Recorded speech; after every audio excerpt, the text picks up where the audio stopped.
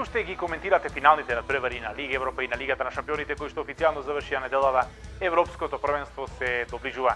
Се доближуваат и пријателските надпревари кои што се најава за големиот собир. Веќе на 1 јуни Македонија игра против Словенија, на 4 против Казахстан во Скопје и тоа се двата теста по кои што селекторот Ангеловски треба да го искристализира составот за дебитот против селекцијата на Австрија.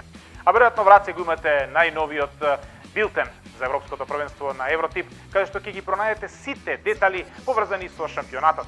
Прочитајте ги составите на репрезентациите, оние кои што треба да бидат официализирани деновиве со селекторите во главна улога, а пронајдете ги сите игри, оние деталните, краткотрајни и долготрајни типови кои што ќе ве држат во тензија се до 11 јули кога завршува европското првенство.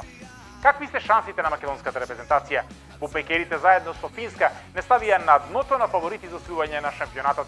Меѓутоа, иако сме без напаѓачот на Удинезе Илија Несторовски, силно сме мотивирани да им покажеме дека триумфот во Дуисбург против Германија пред 2 месеци не беше само моментален блесок и дека Австрија, Украина и Холандија ќе се залажат ако не подценат.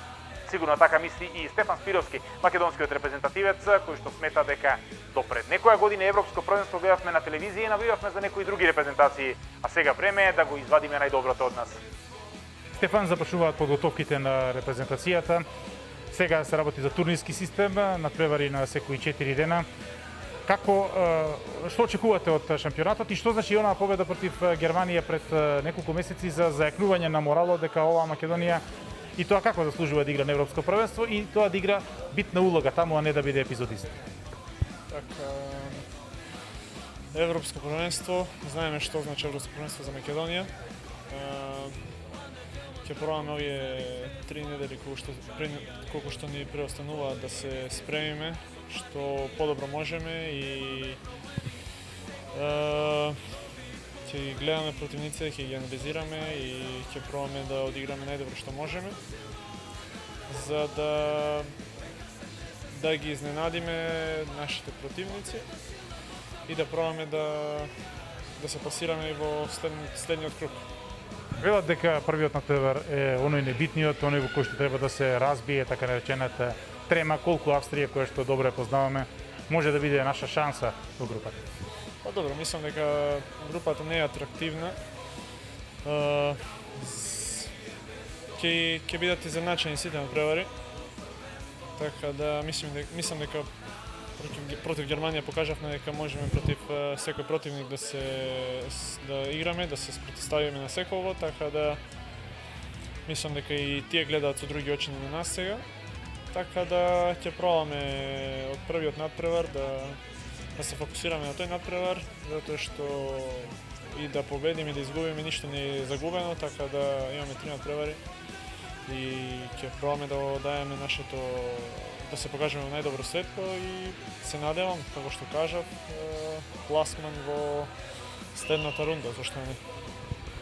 И на крај, скоро сите наши репрезентативци имаат искуство во странство, освоиле трофеи на домашна и меѓународна сцена, но ова е круна на кариерата. Што значи за тебе едно учество на европско првенство?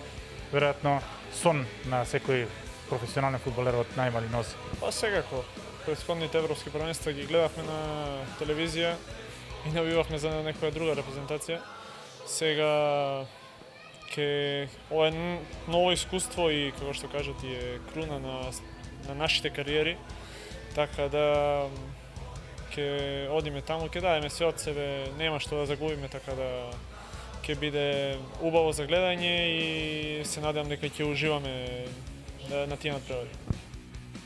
Добро анализирајте го билтенот за европското првенство на Евротип. Секој детал, што можете да играте и што сакате да играте, од еден поединечен надпревар, од супер тип, од конечен тип, од долготраен тип. Можноста секоја репрезентација да типувате до каде ќе трае на турнирот, кој ќе биде стрелец на првиот гол за секоја репрезентација, кој ќе биде најдобар стрелец на шампионатот, до секој детал поврзан со постигнати голови во едно полувреме или во текот на целиот надпревар.